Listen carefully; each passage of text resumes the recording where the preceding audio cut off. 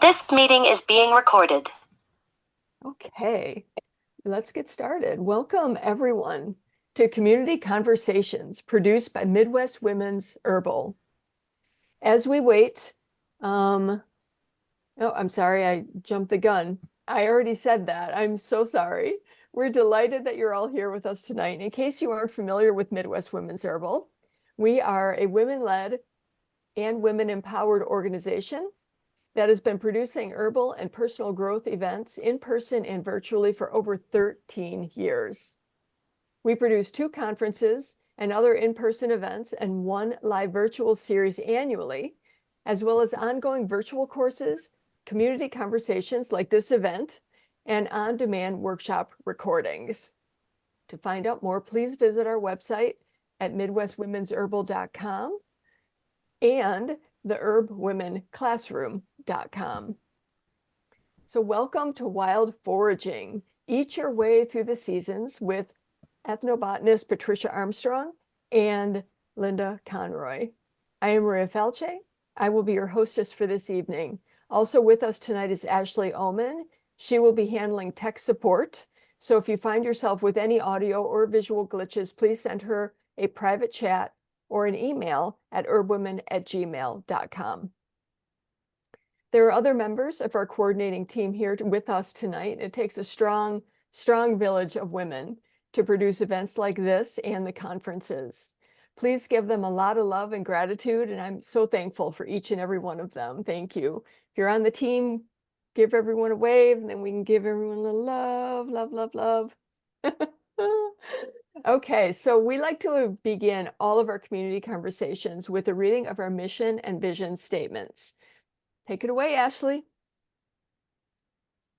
Thank you, Maria. So the Midwest Women's Herbal mission statement is Midwest Women's Herbal provides herbal education and opportunities for transformation. Immersed in the wise woman tradition, grandmothers, mothers, daughters, sisters, and children gather in a co-created village. Through earth-centered healing and nourishment, we ally with the plants that grow around us. From the ground up, we connect to weave ourselves, our families, and our communities into the dynamic spiral of health.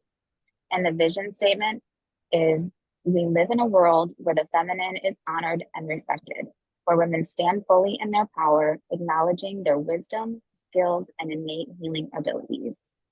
Thank you. Thank you so much, Ashley. Okay, so just a bit of housekeeping before we begin. In the coming days, we will be sending you some emails with some amazing offers, and we want to make sure that you receive them. We know a lot of our emails can go into your spam or promotions folder, so we have a couple strategies to help you avoid that.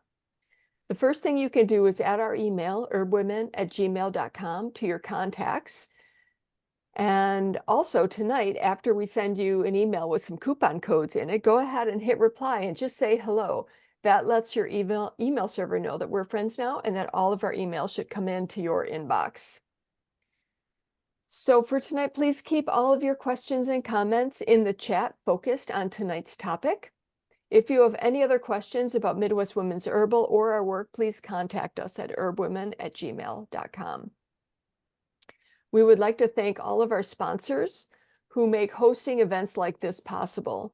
Moonwise Herbs, Mountain Rose Herbs, Frontier Co-op, Goodland Creative, Peaceful Parlor, Herb Farm and Pacific Botanicals, Host Defense Mushrooms, the Great Lakes Herb Fair, the Red Earth Herb Gathering, Wisconsin Mycological Society, Wisconsin Public Radio, the Driftless Folk School, DNA Hemp, Wish Garden Herbs, and Natural Awakenings magazine. Sponsorship is open to everyone at any level and helps to support the many scholarships we award every year. Please check out our website for sponsorship opportunities.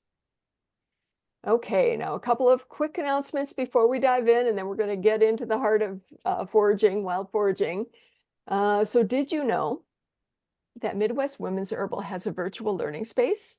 The Herb Women Classroom has both free and paid offerings with hundreds of hours of learning available about mushrooms, herbs and nourishment, and personal growth. Every learning module comes with a monthly Q&A with Linda Conroy on Zoom This is a unique opportunity for online learning and an amazing chance for you to spend time with Linda and get your questions answered. Complete conference recording packages are also available, and there's something there for everyone. And coming soon to the classroom, we will have seasonal herb walks with Elder Ethnobotanist Patricia Armstrong, who we're talking with tonight. They're actually up right now. There's a wealth of knowledge in the classroom, so please check it out. Registration is ongoing for the 2024 In Our Own Hands Women's Wellness Series. We are thrilled with the amazing lineup of powerful and knowledgeable women teaching this winter, including Phyllis Light, Robin Klein, Julie Charette Nunn, Dr. Cornelia Cho, Bevan Clare, Linda Conroy, and coming up this Saturday, Sherry Winston. In Our Own Hands began on January 20th. You can sign up for one or all 7 recordings are included. And if you do sign up for the whole package, at any point, you'll get past recordings as well. So don't let that be a deterrent. Registration is also open for the Midwest Women's Herbal Conference, May 27th through the 26th at Camp Helen Brockman in Elmwood, Wisconsin, with keynote speakers Dr. Torona Lodog, Mimi Hernandez, and Lisa Ganora, and a stellar lineup of amazing workshops you won't want to miss, including our featured guest tonight, Patricia Armstrong. She will be leading 2 plant walks, talking tree talk and basic plant family identification. Register before March 5th to take advantage of early bird pricing. At the end of tonight's conversation, we will be giving away a PDF copy of Patricia's cookbook, Wild Plant Family Cookbook, or the entire Eat Your Way Through the Seasons virtual wild edible plant walks. We're also giving away a Midwest Women's Herbal apron featuring our logo, which is Pat's original artwork. But you need to be present here to win tonight any of these amazing giveaways, so please be sure to stay until the end.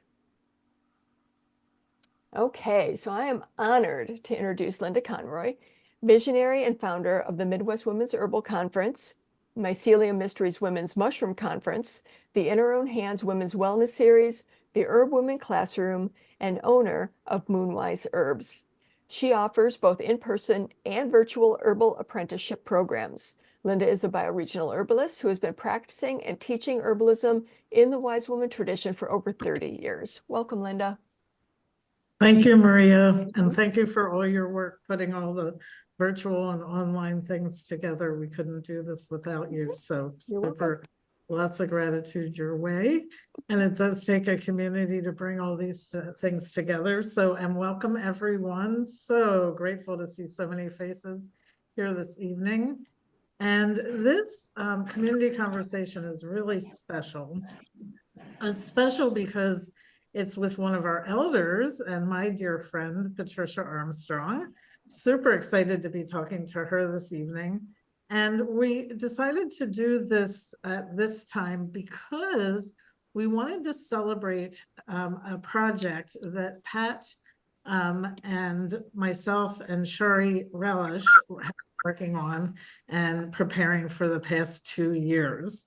We put together, Shari was interning with me, and Pat is a very dear friend of mine. And like I said, like Maria said, she teaches for the conference. And so we decided that we would go through a series of 10 months, and Shari was going to, and did, film Pat doing an herb walk every month. And so it's through the seasons, foraging and feasting herb walks, and we have those recordings now available for people to purchase.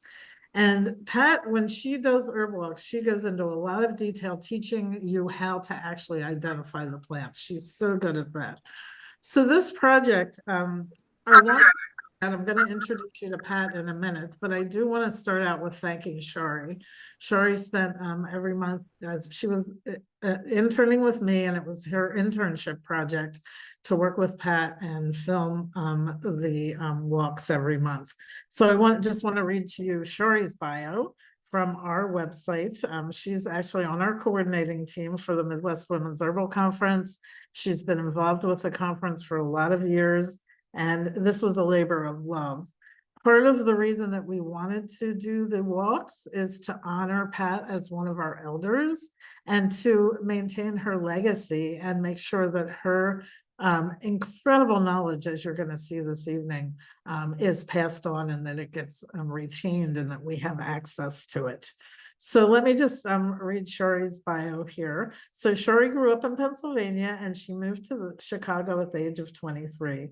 After 18 years in the construction industry, she opened Peaceful Parlor, which is a shop that she has owned for a number of years. And Shari first attended the Midwest Women's Herbal Conference in its second year, along with her 5-year-old son. She was inspired to become a vendor sponsor and was inducted as a Green Witch by Susan Weed. She apprenticed with Linda Conroy for 3 years, fell in love with botany, and developed a desire to support women's spaces. She loves to wildcraft, hike, and travel. So thank you so much, Shari, for all of the care that you put into recording those walks and making sure that they're really good quality that people can learn from. So thank you so much for all of your work. So everybody send some love to Shari. Okay, so of course we wouldn't be here and we wouldn't be acknowledging, we wouldn't be talking about this work without Patricia Armstrong. So Patricia is an amazing person. I met her, gosh, I want to say maybe I don't know, 12 years ago, 13 years ago. And when I first met Pat, we both just love foraging. It's something we're both passionate about. And I was staying at her house. She was hosting me monthly while I was coming to her area to teach some herbal classes. And we just really clicked around plants. And her knowledge just blew me away. She's someone who I am amazed at the level of knowledge, the longevity of the work that she's been doing. She's been doing this work since she'll tell you since she was a very, very young child. And I'm just so excited to be here with her tonight and to be talking about foraging and her life's work. Pat turned 87 in December. Happy birthday. We can celebrate her birthday even here in February when you turn 87. And so one of the things, Pat's been talking a lot about and that I've talked to her about is really wanting to make sure that her knowledge and her wisdom gets shared and that the resources that she has spent her life putting out in the world are available to people. So I want to actually read to you her bio. I'm sorry, I'm trying to get it here because I will miss something if I don't actually read it to you. So let me just get it. Oh, here we go. Okay, so her actual bio on her website is quite extensive. I'm going to read the first part of it to you so that you get an idea of how much Pat has been engaged with the plants, with the earth, with everything that is nature, really. So Patricia Armstrong has a Master of Science degree from the University of Chicago in ecology, biology, and botany. She previously taught multitudes of nature classes at the Mortem Arboretum for 16 years, plus botany, ecology, and geology at the University of Wisconsin Extension and Michigan State University's Juneau Icefield Research Program in Alaska. Pat's knowledge and understanding of all things wild and free come from a lifelong personal and intimate relationship with nature that is passionate as well as scientific. She lives in a home she and her husband designed and built to fit into the natural ecosystems of Northern Illinois. It is active and passive solar, energy efficient, and landscaped with over 300 species of native trees, shrubs, prairie grasses, and wildflowers, approximately 40% of which are edible. Pat is actively involved in living joyfully with nature. She runs a consulting firm, Prairie Sun Consultants to educate and assist others in appreciating and using native plants and wild edible plants in home landscaping. Wow. Pat has been actively involved in so many things and so many things connected to nature. And I'm so excited right now to introduce you to Patricia Armstrong. Welcome, Pat.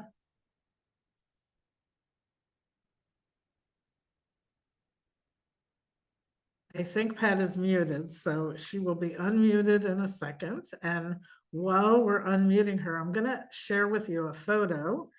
This is Pat in her backyard, the yard that I just described to you.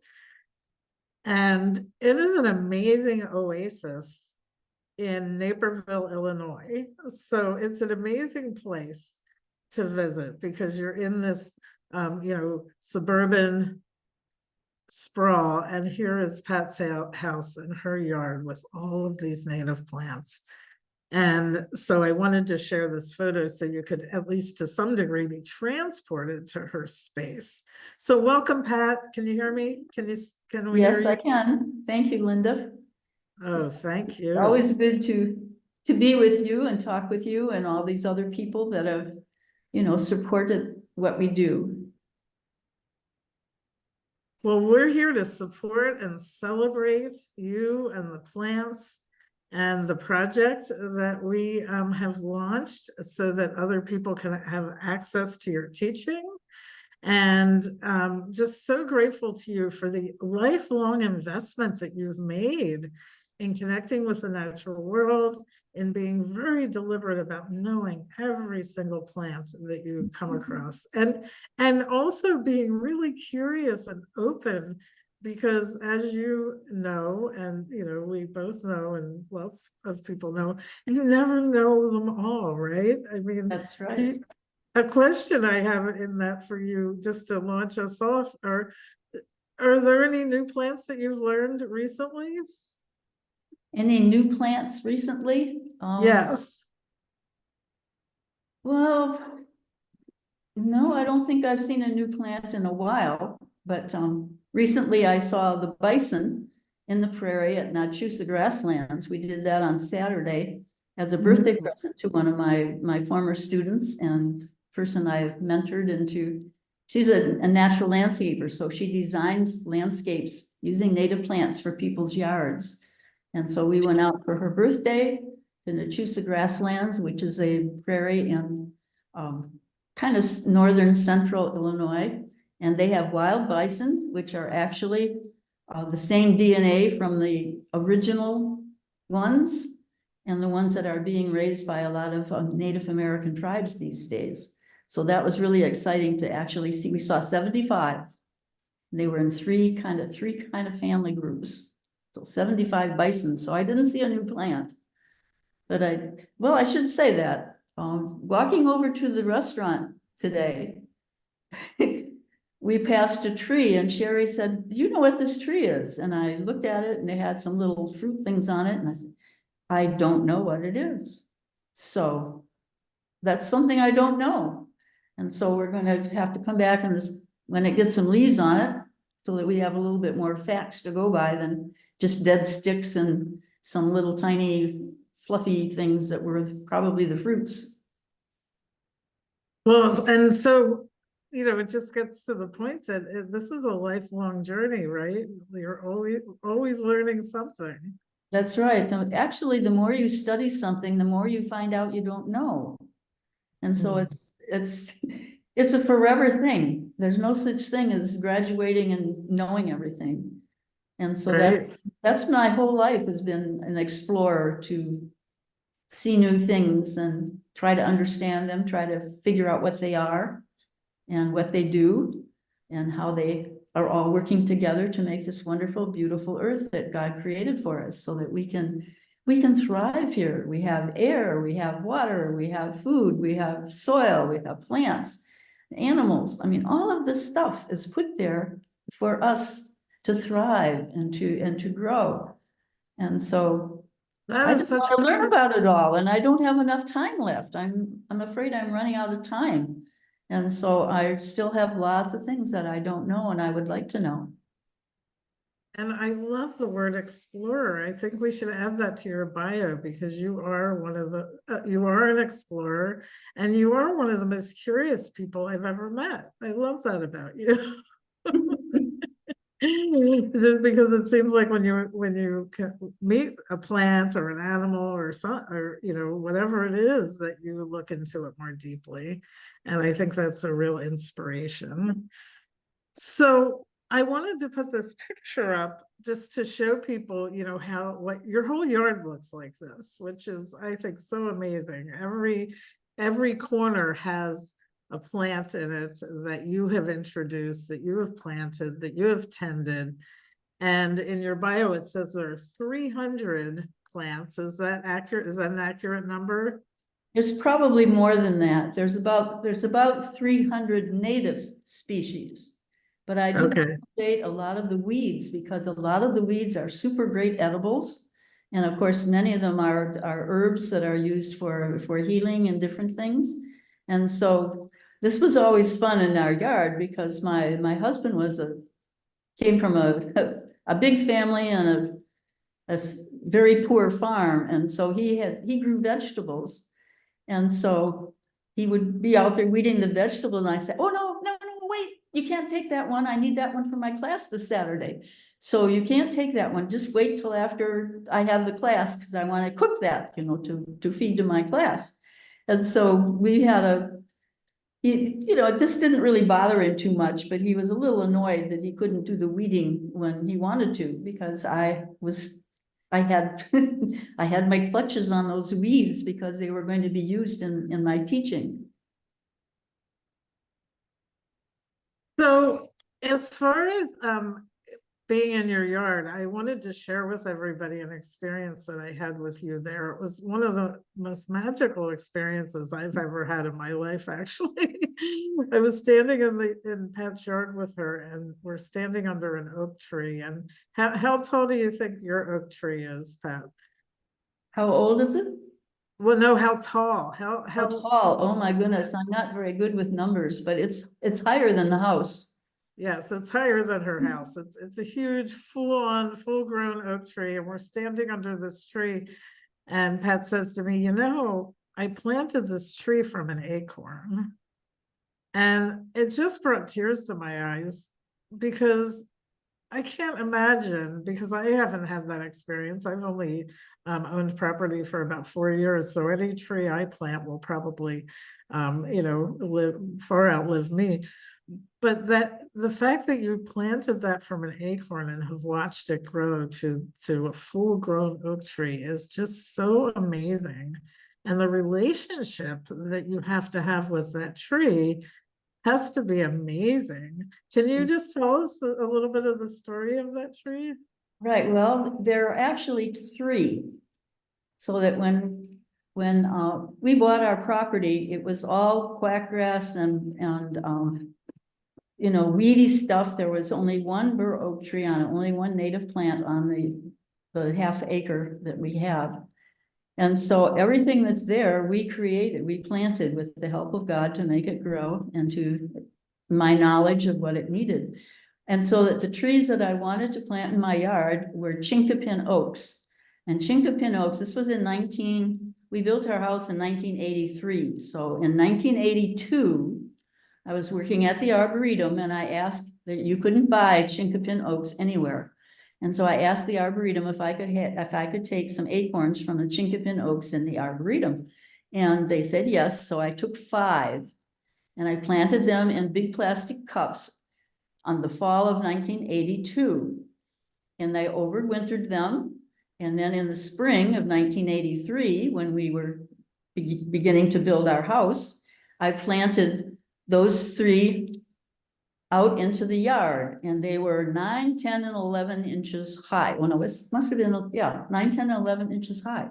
So that they had grown almost a foot in the first year of their life coming out of the acorn. And let's see, the first one matured at age 14. that was the first time that it produced flowers, and I could tell whether it was a male or a female. And of course, both sexes are in the oak trees. And nothing, it made no acorns until the second tree was old enough to flower, so that it couldn't pollinate itself. So you learn this by watching this tree. So when it, was a teenager, and then it was sexually active. And then after that, when all three of them were blooming at the same time, we had acorns all over the place, but they're little tiny. The chinkapin is very tiny. And so and the one that I think we were standing under was the one closest to the back deck. And that Yes. one I specifically planted far enough away so that the shadow would shade the deck, which is where we have our picnic table and we, eat out in the backyard. So that's one of the things that I did. And they were in the sun. If you plant an acorn in full sun and it has good soil and enough rain, it will grow more than a foot a year. And so that when it was 10 years old, it was, I think, probably 15 feet high at age 10. And so this is one of the neat things you find out about plants when you live with them and you grow with them and you watch them every day to see what they're doing. And I love that message. Pat, we were talking about the fact that we had somebody on social media asking us questions about foraging and where you would forage. And your response was to grow them. And so I wondered if you could just talk about, what your message around that. And part of what I'm hearing you say is that that's one way to develop a relationship with them.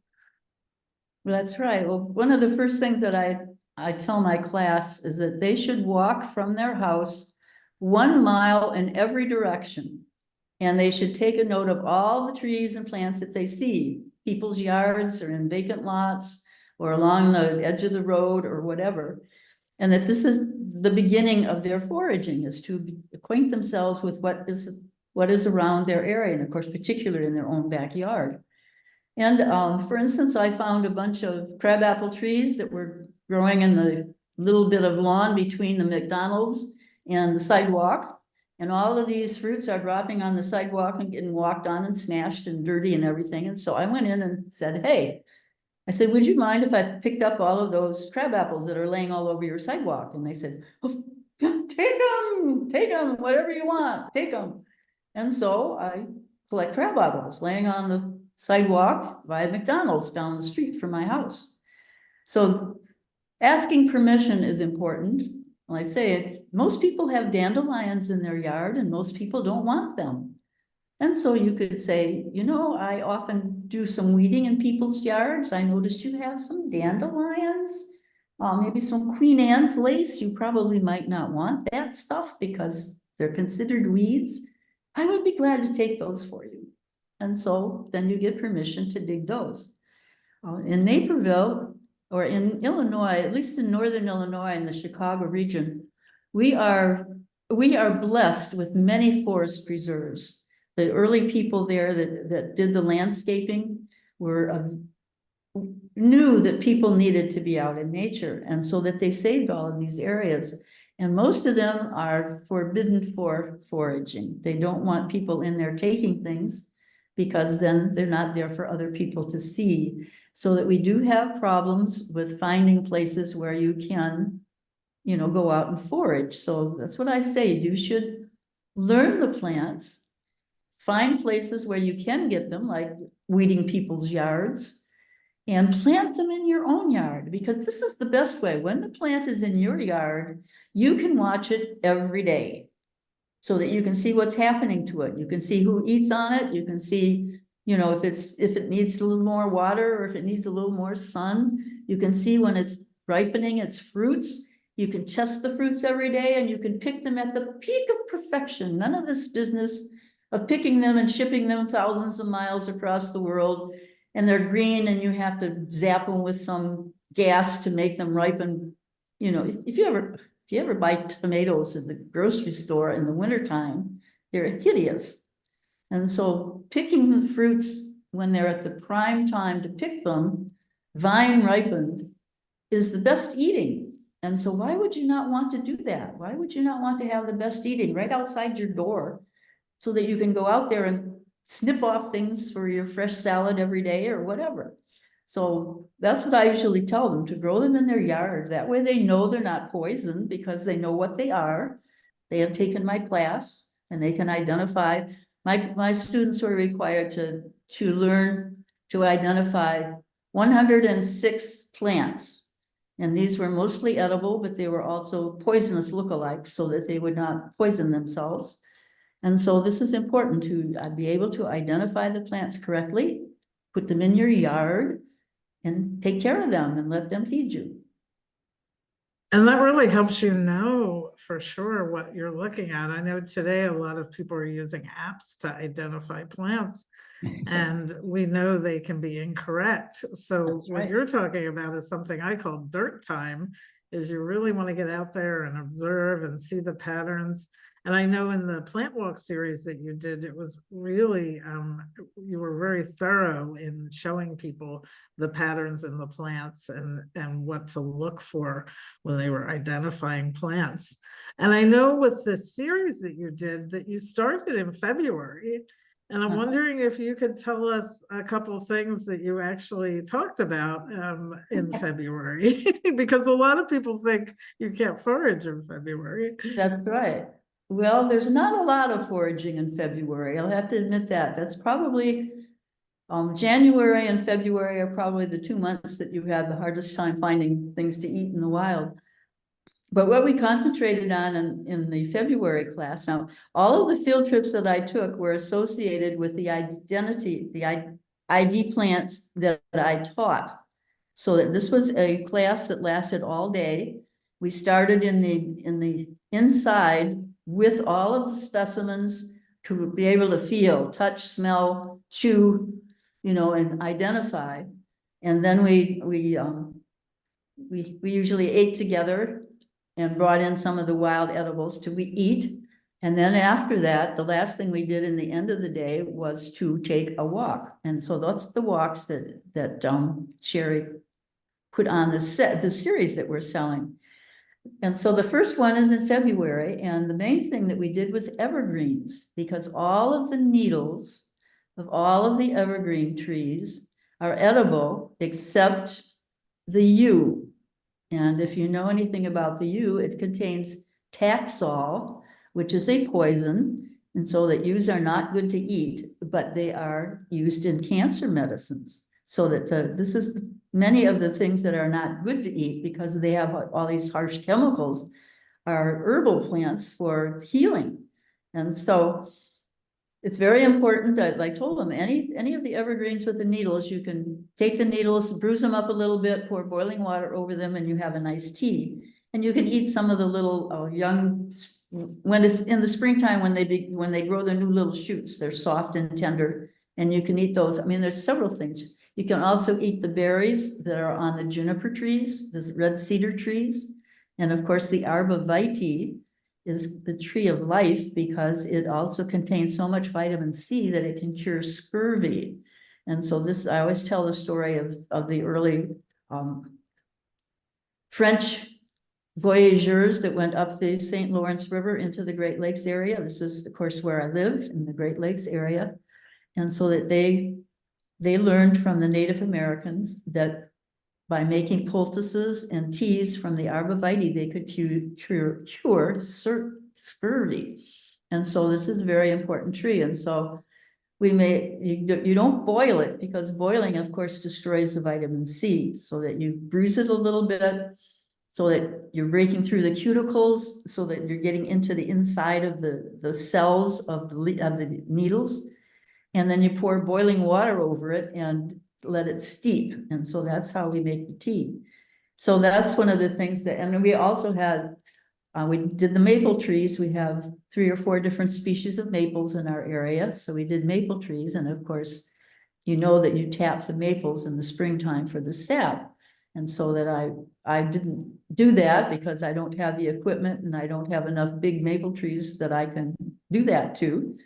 And so I bought maple sugar, and we had little samples of maple sugar to taste. So that was what we did with the February trip.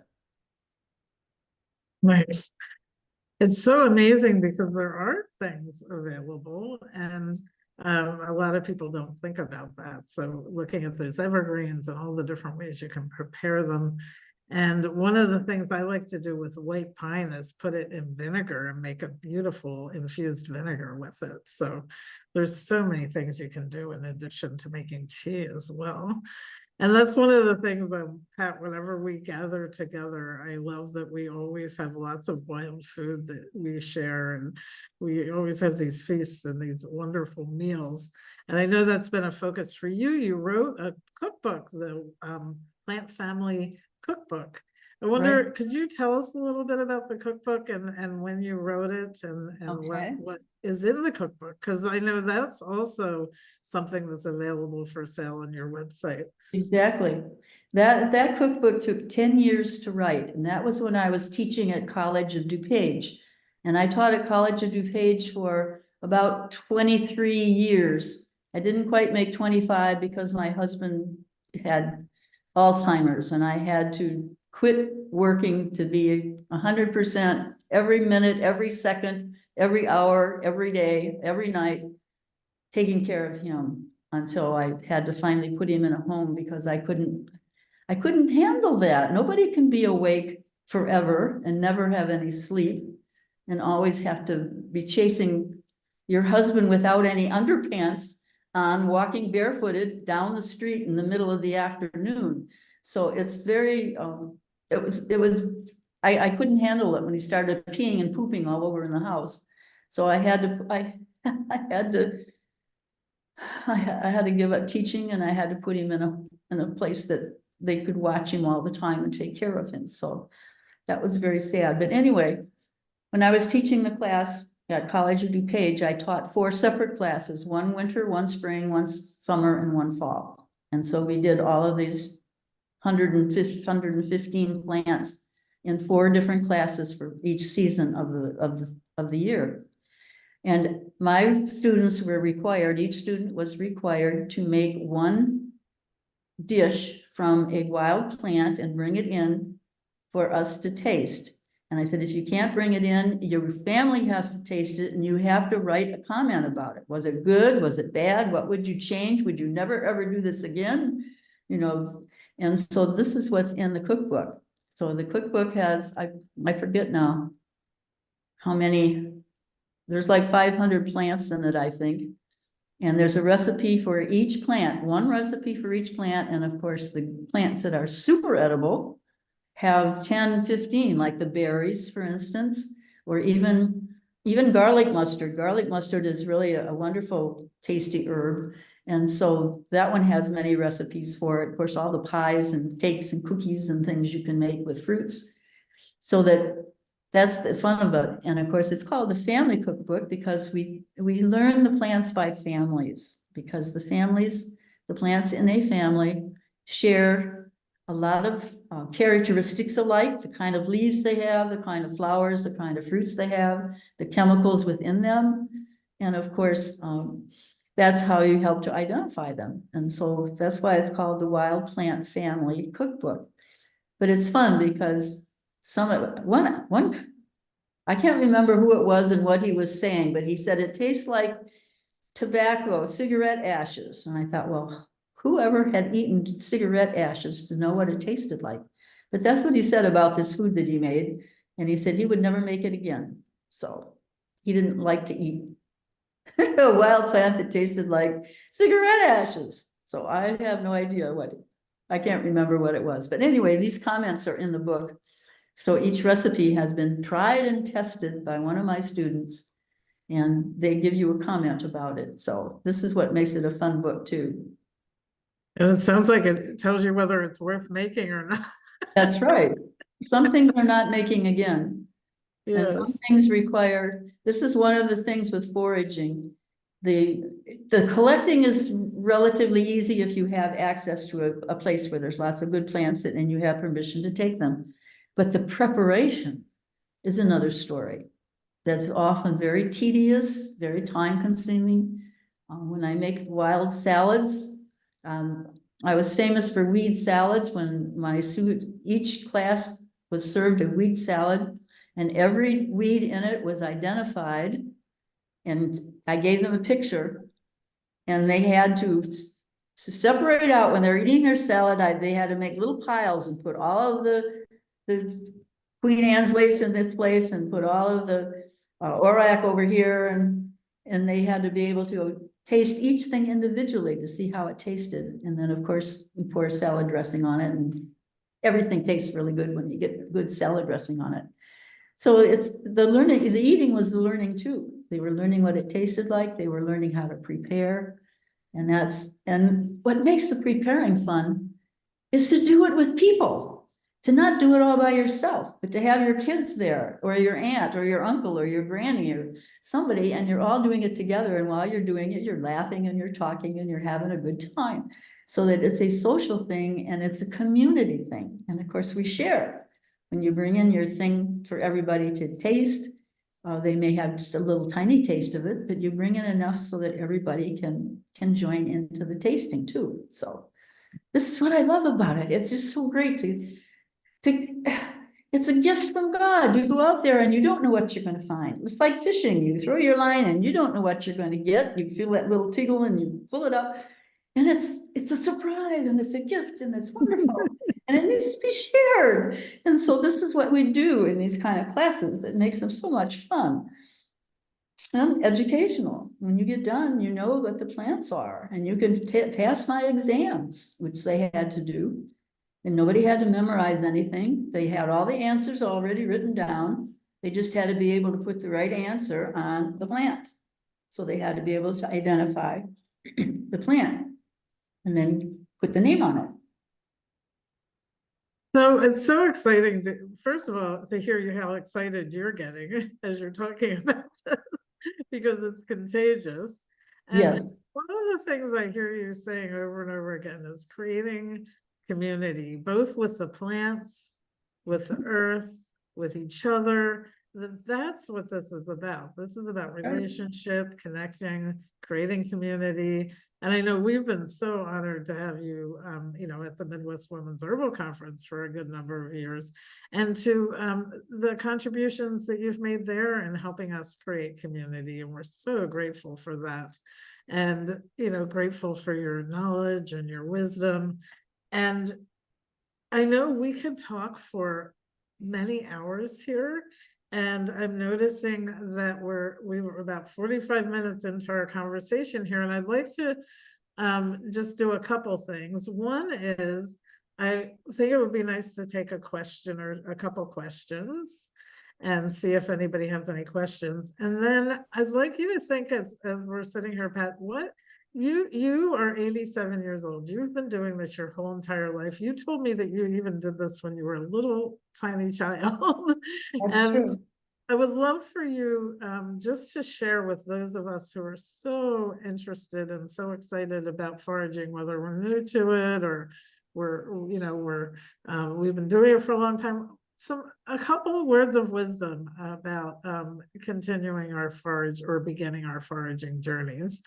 So if you could just think about that for a couple minutes, and let's just take a couple questions if there's anybody that has any. And if not, I do have a question that I can ask you.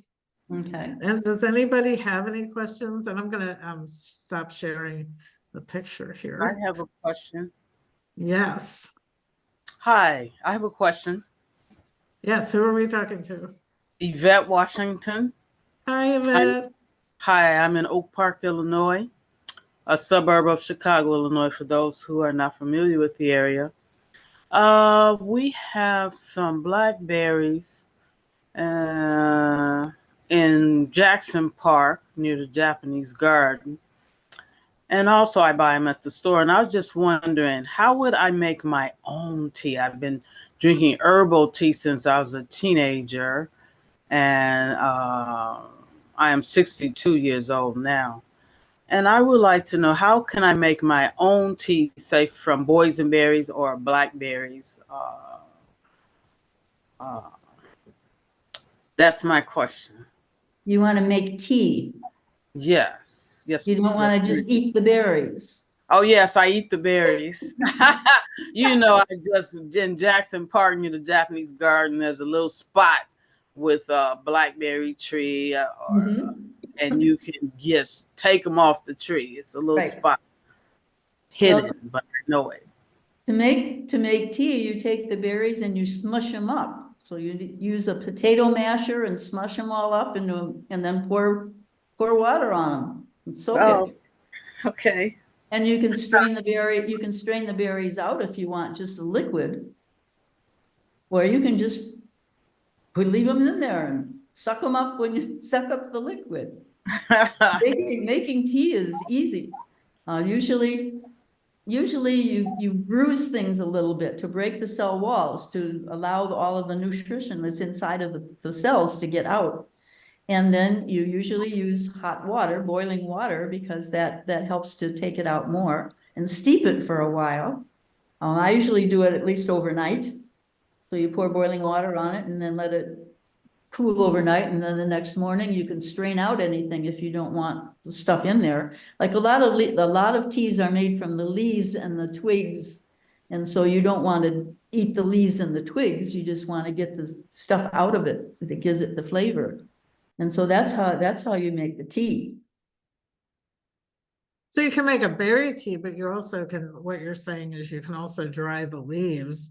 That's If you true. were to buy raspberry leaf tea, typically it would be the leaves that you The would be leaves, making. exactly. But you usually Yeah, don't eat them. You usually strain them out after you take the stuff, you take all of the nutrients and things out of the leaves and put it in the liquid. And so then you don't eat the leaves, you put them in your compost pile. So hopefully Yvette, that gives you some ideas and some inspiration. So let's take another question. We are not going to be able to answer everybody's questions, but we can answer another question or two here. I have Mocha Mama has her hand raised. Do you want to open your mic and? Hi, my real name's Loretta, but I go by Mocha Mama. Mocha Mama, that's a cool name. It's a very special nickname that I got when I started foraging and starting with medicine on my own 10 years ago. So I go by that.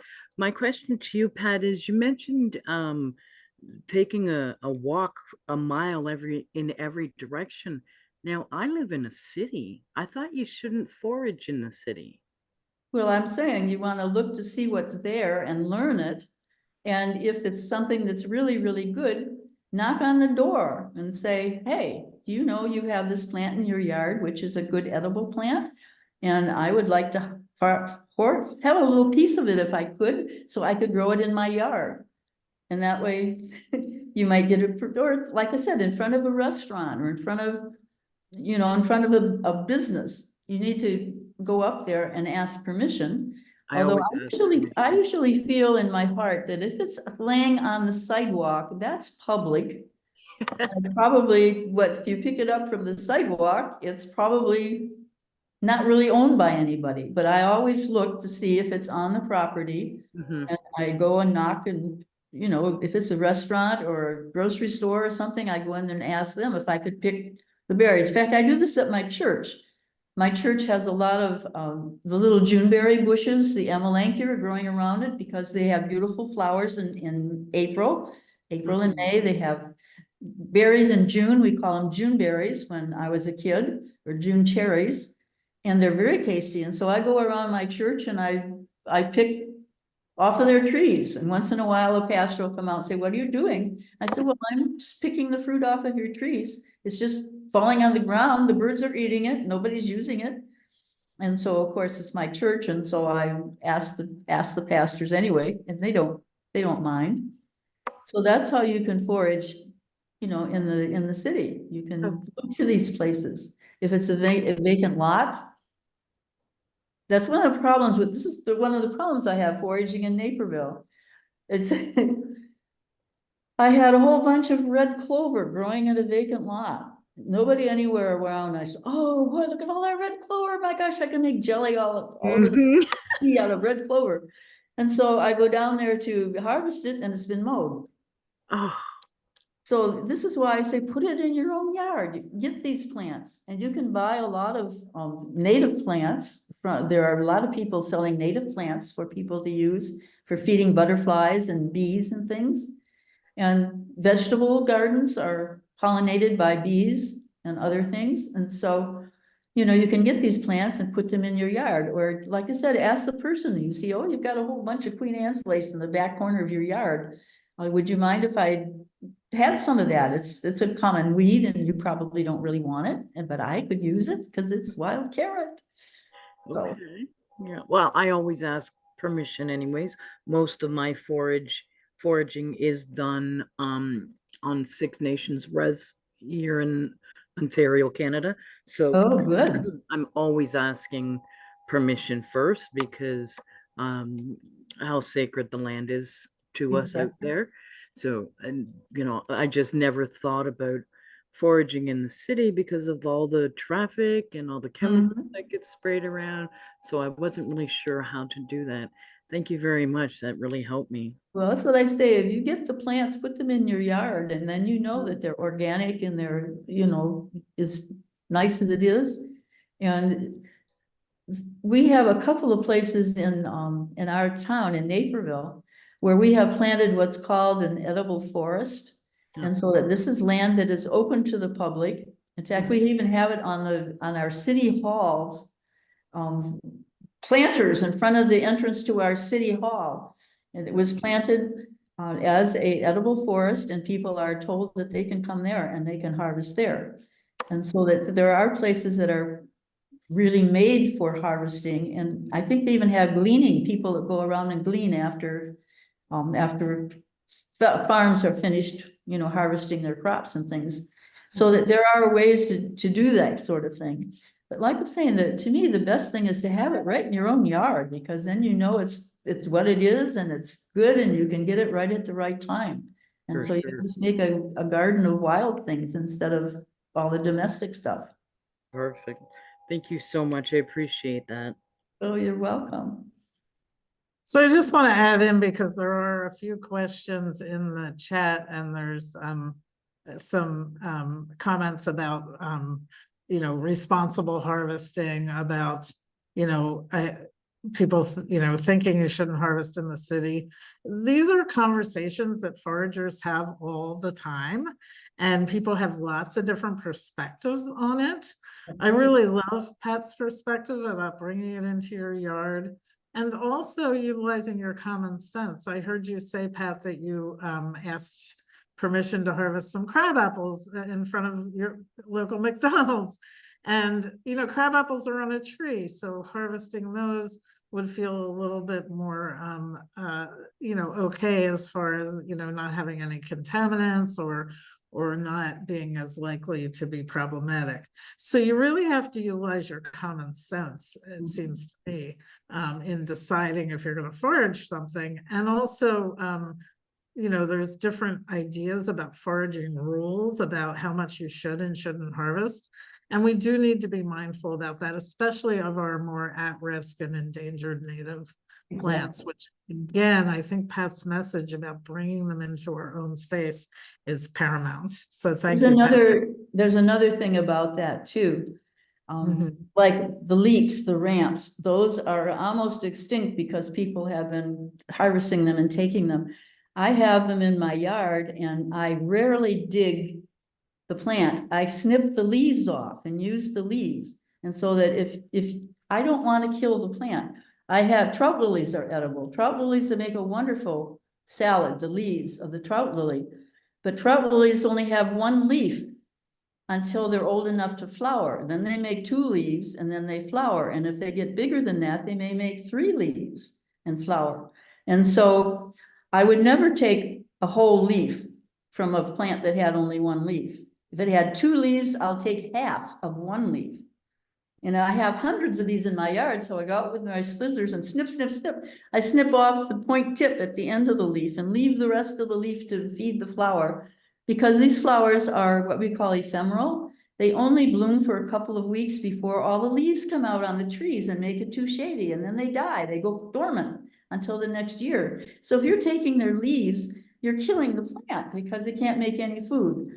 So a lot of times that's what I'll do. I'll use the leaves instead of digging the root of the plant because I want the plant to live. I don't want it to die. So my whole yard full of ramps came from one shovelful that we had permission to leave. My husband was building a house in the Arboretum and it had that on the ground and they were bulldozing it. And so he brought home a shovelful and all of the hundreds of ramps that I have in my yard came from that one shovelful because we never dug up and ate the root. We planted them, you know, we separated them and planted them and they all came in to make big clumps. So I have clumps all over the place. So you can propagate vegetatively that way by, you know, taking pieces and making them grow into a whole new plant.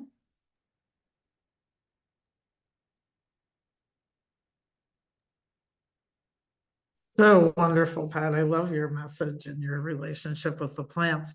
I'm wondering if you could give us your message, if you've thought about one or two things you'd like to encourage us around foraging or around our relationship with the plants. Well, I started studying plants when I was 2 years and 5 months old. And the reason that was that my brother was born at that time and my mom shipped me off with grandma to take care of me while she was having the baby. And he was born with a very serious illness problem, stomach problem. And so she had to spend her whole life taking care of him. And so I was put out in the yard with a dog. And so me and the dog, I learned to walk hanging onto the side of my dog, and he guarded me. And I spent my life alone in the yard with my dog and talking to the plants and talking to God and exploring. I was put on the front porch too, and it had a railing around it with, you know, vertical things in the railing. And then it had steps going down. And of course we had a big fence across, so I couldn't go down the steps and fall off the steps. And the dog was put out there on the porch with me. And so when the mailman came, the dog attacked the mailman and I was safe. And when somebody walked by in the street in front, the dog barked and yelled at him. And of course he ran away. And so I was protected by this dog, and my mom felt perfectly nice that I was outside the window. She could look out the window. But I was small enough to crawl between those bars on the fence, the railing around. This is what I did. I was 2 years old and 5 months. And I could squeeze between those vertical bars and get on the outside of the fence, hang over the 6-foot drop to the ground and hang on to the fence with my hands and walk along the edge of that, hanging over the edge. And this was so exciting. And there was bushes down there that had flowers on them. And I could reach out and pick the flowers and chew on the flower. And so you want to explore. You want to be curious. You want to find out about what's there and what it does and what it tastes like and, you know, what it feels like when you dig. I raised birds that fell out of their nest and they died. I buried them. I dug them up after a couple of days to see what happened to them. And then they were all, you know, decayed and going away. So I finally put one in a jar. I said, aha, it won't do that in the jar. And when I dug up the jar, the corpse was covered with maggots. And so this is how you learn. You learn by getting out there and doing things, by exploring and by being curious and wondering, what is that? I need to see what that is. And you go over and investigate. And so, and you're sitting there all surrounded. I mean, we had lawn in our yard, but we had dandelions. We had, in a sneaky little place I found by crawling under the fence, there were lilies of the valley, these beautiful smelling plants. They're poison. Good thing I didn't try eating that. But they smell so beautiful and they look so pretty. These little white bells hanging down, just as clean and beautiful as they are. They didn't ring. I tried ringing them. They didn't really ring. But this is how you do it. You do it by exploring, by living, by asking questions, by investigating, by trying to solve mysteries, and it's all around you, and you just sit there, and it comes to you. Birds come to you, plants wake up and shake their bells at you, and things like that happen because you're there interested, and your mind is constantly, you know, trying to think up new things that you can do. You can learn more. And so that's how you do it. That's how I did it. Well, that is incredible wisdom from your 87 years, maybe 85 years of harvesting plants. Yep. Thank you so much, Pat, for your I'm hoping to curiosity. make 100. Yes. Be the we- first person in my family to do so. I have outlived all of my ancestors except one. I had a grandfather that lived to 93. And so I'm hoping to beat him. Wonderful. Well, we'll intend that as well. And as we're doing this work together, we are intending to really preserve Pat's legacy. So please visit her website, and we're going to pop that in the chat at patriciakarmstrong.com. And she's got lots of articles there and information about the things that she's explored herself. I mean, there's so much information. And then, like I said, there's the plant series walks will be a great investment, and we're helping to support utilizing those funds to support having Pat's legacy available to us going forward. And then also come out to the Midwest Women's Herbal Conference, and you can spend time in person with Pat. So thank you so much, Pat, for sharing. We could talk for hours, I know, but hopefully everybody got a little bit of a glimpse and can spend time with you in other spaces. So thank you so, so much. And I hope they all come to the conference. Mhm. It's always good. I enjoy it so much to be up there and just rubbing shoulders with all these other wise people. My goodness, there's so many. They're all wise, all of their speakers. So they're always. And we just all learn from each other. I mean, I learned so much from you, and you know, again, I've learned to be curious too, to make sure that I stay open and continue to learn. So I hope that's one of the things people received tonight is that inspiration to be curious. So thank you. I'm going to turn this over to Maria because we're going to give away your book. Okay. We're going to give away the plant series to some lucky person who's going to get the whole series. And we're also going to give away an apron. As Maria said earlier, Pat gifted us her artwork, which is the Midwest Women's logo, and it's on an apron. So we're going to give that away as well. So Maria's going to take over here, and she's going to give you a little more information and choose the winners. All right. Thank you so much, ladies, for an amazing and fun and interesting conversation. I think everyone agrees that it was very entertaining and very informative. So thank you. And thank you everyone for attending tonight. We appreciate your time and attention and your participation. We just love that you joined us here tonight. So let's give away some goodies, shall we? So for the winners tonight, please send your full name and email. After I announce your name, send your full name and email to Ashley in a private message in the chat so that we can contact you, okay? So let's start with Pat's cookbook. Let's start with, all right, Olga Winsride. I'm so sorry. I completely probably butchered your last name. Olga Windenried. Awesome. You won the cookbook. Please get your name and email to Ashley in the chat so that we can get your information. Congratulations. All right. So the next thing we're going to give away is the full plant walk series with Pat on our Herb Women classroom. So you're going to get all 3 seasons in the bundle. It's an amazing, amazing prize here. And Zeta Jane.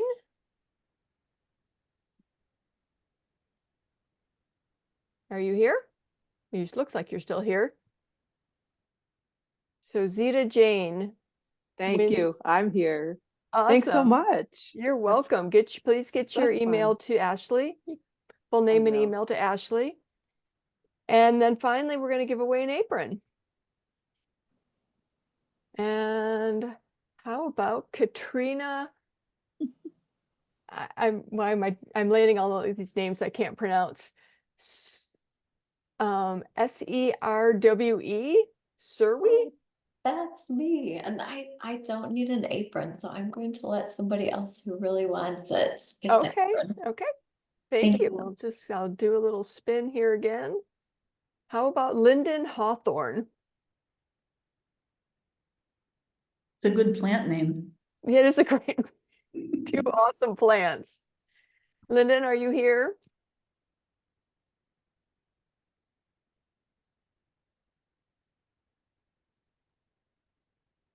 Okay. So I see you in the chat. You say congratulations winners.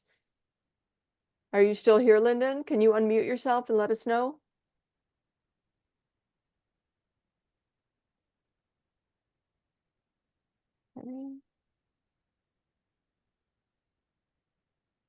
It looks like she's still here, but oh wait, here we go.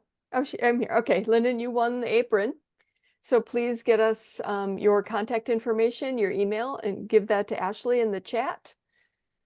And that is all the giveaways. Congratulations to all of the winners. Very exciting.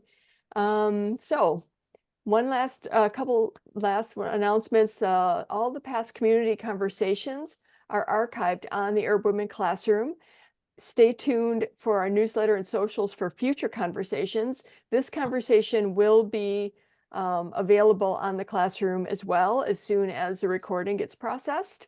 So you can listen in again in a couple of days. We'd like to thank everyone for attending tonight's event, and especially Pat and Linda for such a fun conversation. We look forward to seeing all of you for future Midwest Women's Herbal events. Thank you. And good night from me. And any last words, Linda or Pat? No, if everybody wants to open their camera, their audio and just say goodnight and happy foraging, everybody. Good night, everybody. Everybody. Thank you. Thanks you for so being much. here. Bye. Thank you so much. This is Yvette Thank Washington. you. This was a pleasure. Thank you. Thank you. Thank you. Thank Good you. night. Thank you Thank very much. you. Thank Great you. night. Thank Mocha you. Mama. I never even heard of y'all until the other day. Just come across y'all and I got yous. And then I came and seen this. So thank y'all for giving us the information you gave us. And Pat, oh, you have inspired me. Thank you very much for your time. Y'all have a great night. Thank you, Linda Conroy. Thank you, Pat Armstrong. Thank you, Maria Faye. Or Faki, or is it Fakey? Felche. Belche. Felche. Belche. Thank you. I do still need Lyndon's email, please. And thank you all the participants. This is Yvette Washington. I enjoyed everyone's company. Thank you. Have a great night. Thank you. Well, I think that went very well. Just hang on a second. We'll tell her about Joseph. I heard that.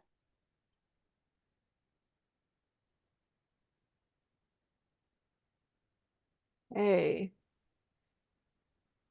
I'm going to stop the recording.